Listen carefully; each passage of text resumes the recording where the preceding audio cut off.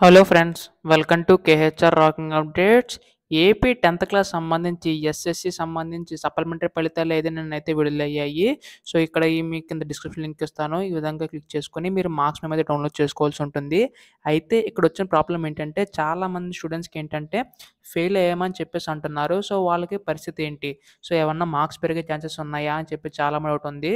So, chance అయితే ఉంది. అదేంటో ఈ వీడియోలో క్లియర్గా ఎక్స్ప్లెయిన్ చేస్తాను. ఈ వీడియో ఎండ్ వరకు చూడండి. అంతకంటే ముందు ఛానెల్‌ని సబ్స్క్రైబ్ చేసుకోకపోతే దయచేసి ఛానెల్‌ని సబ్స్క్రైబ్ చేసుకోండి.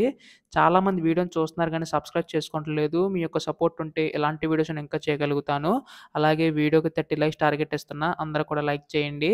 ఇంక లేట్ చేయకుండా వీడియోలోకైతే వెళ్ళిపోదాం. సో, మీరిక్కడ చూస్తున్నారు కదా! నిన్న ఆర్టికల్ రావడం అయితే జరిగింది. 10th సప్లిమెంటరీ ఫలితాలు విడుదల అని చెప్పేసుంది. అయితే ఇందులో చూసుకుంటే మనకి 1,00,000 మందికి పైగా విద్యార్థులు పరీక్షలు హాజరైతే 67,115 మంది ఉత్తీర్ణత సాధించారు.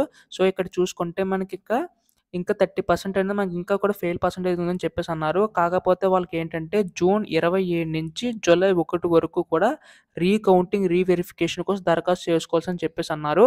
అంటే ఇప్పుడు ఎవరైనా ఫెయిల్ అయినా గానీ అండ్ అలాగే మార్క్స్ తక్కువొచ్చినా గానీ ఈ విధంగా చేస్తే మీకు రీకౌంటింగ్ గాని, రీవెరిఫికేషన్ చేస్తే మీకు మార్క్స్ అనేవి పెరిగినా గానీ పెరిగే ఛాన్సెస్ కానీ, ఫెయిల్ అయిన వాళ్ళు పాస్ అయ్యే ఛాన్సెస్ ఏమైనా ఉన్నాయని చెప్పేసన్నారు. సో, ఈ విధంగా దరఖాస్తు చేసుకోవచ్చని చెప్పేసన్నారు.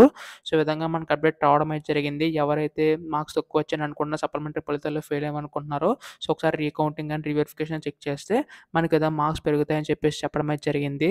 సో, మీకేమైనా డౌట్స్ ఉంటే మాత్రం కిందైతే కామెంట్ చేయండి. ఛానెల్ సబ్స్క్రైబ్ చేసుకోవడం మాత్రం మర్చిపోకండి. So, thanks for watching guys. By by now.